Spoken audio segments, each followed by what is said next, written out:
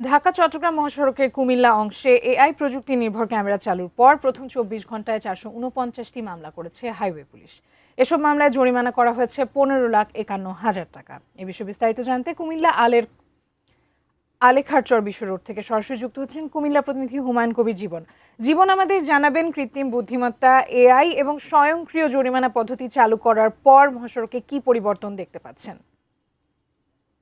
ধন্যবাদ জানাচ্ছি। আপনি যে বিষয়টি বলছিলেন যে ঢাকা চট্টগ্রাম মহাসড়কে এই ক্যামেরা প্রযুক্তি নির্ভর এই অটো ফাইন সিস্টেম চালু হওয়ার পরে বর্তমানে মহাসড়কের অবস্থা আমি যদি বলি যে আসলে অনেকটাই পাল্টে গেছে। আমরা গত ২৪ ঘন্টায় যে এআই ক্যামেরার মাধ্যমে যে মামলা হয়েছে সেখানে আমরা দেখেছি যে ৪৪৯টি মামলা বিভিন্ন ক্যাটাগরিতে কিন্তু হয়েছে এবং সেখানে জরিমানা দেখানো হয়েছে ১৫,৫১,০০০ টাকা। হাইওয়ে পুলিশ সেটি আমাদেরকে নিশ্চিত করেছে এবং এখনও কিন্তু অটো ফাইন চলছে, অর্থাৎ গতকাল উদ্বোধনের পর থেকে কিন্তু অটো ফাইন যারা পড়ছেন বা জরিমানা হচ্ছে তারা কিন্তু আসলে অনেকেই অবাক হচ্ছে। অর্থাৎ আমি যদি বলি যে আসলে এই অটো সিস্টেমে কিন্তু যে প্রবেশ করেছে বাংলাদেশ, সেখানে কিন্তু এই ঢাকা চট্টগ্রাম মহাসড়কে যেই অহরহ দুর্ঘটনা ঘটতো সেটি কিন্তু এখন হচ্ছে না বললেই হয়, কারণ গতকাল থেকে এখনও আমরা মহাসড়কে কুমিল্লার অংশে এখনও কোথাও কোনো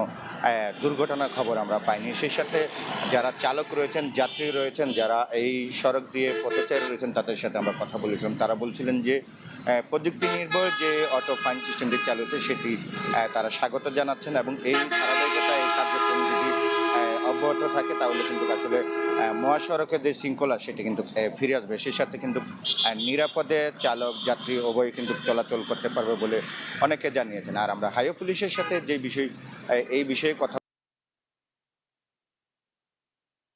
নির্দেশনা বা লক্ষ্য না, তারা বলছিলেন যে মূলত সড়কের শৃঙ্খলা ফিরিয়ে আনার জন্য তারা এই অটো ফাইন সিস্টেমটি চালু করেছে। সবকিছু মিলে যদি বলি যে কুমিল্লার এই যে ঢাকা চট্টগ্রাম মহাসড়কে যে এই অটো এআই ক্যামেরা সেটি কিন্তু এখন চলছে এবং সচেতন করার জন্য হাইওয়ে পুলিশ ইতিমধ্যে বিভিন্ন জায়গায় টল দিয়ে চালকদেরকে জানাচ্ছেন। যে সকল এই যাত্রীবাহী বাস আছে যারা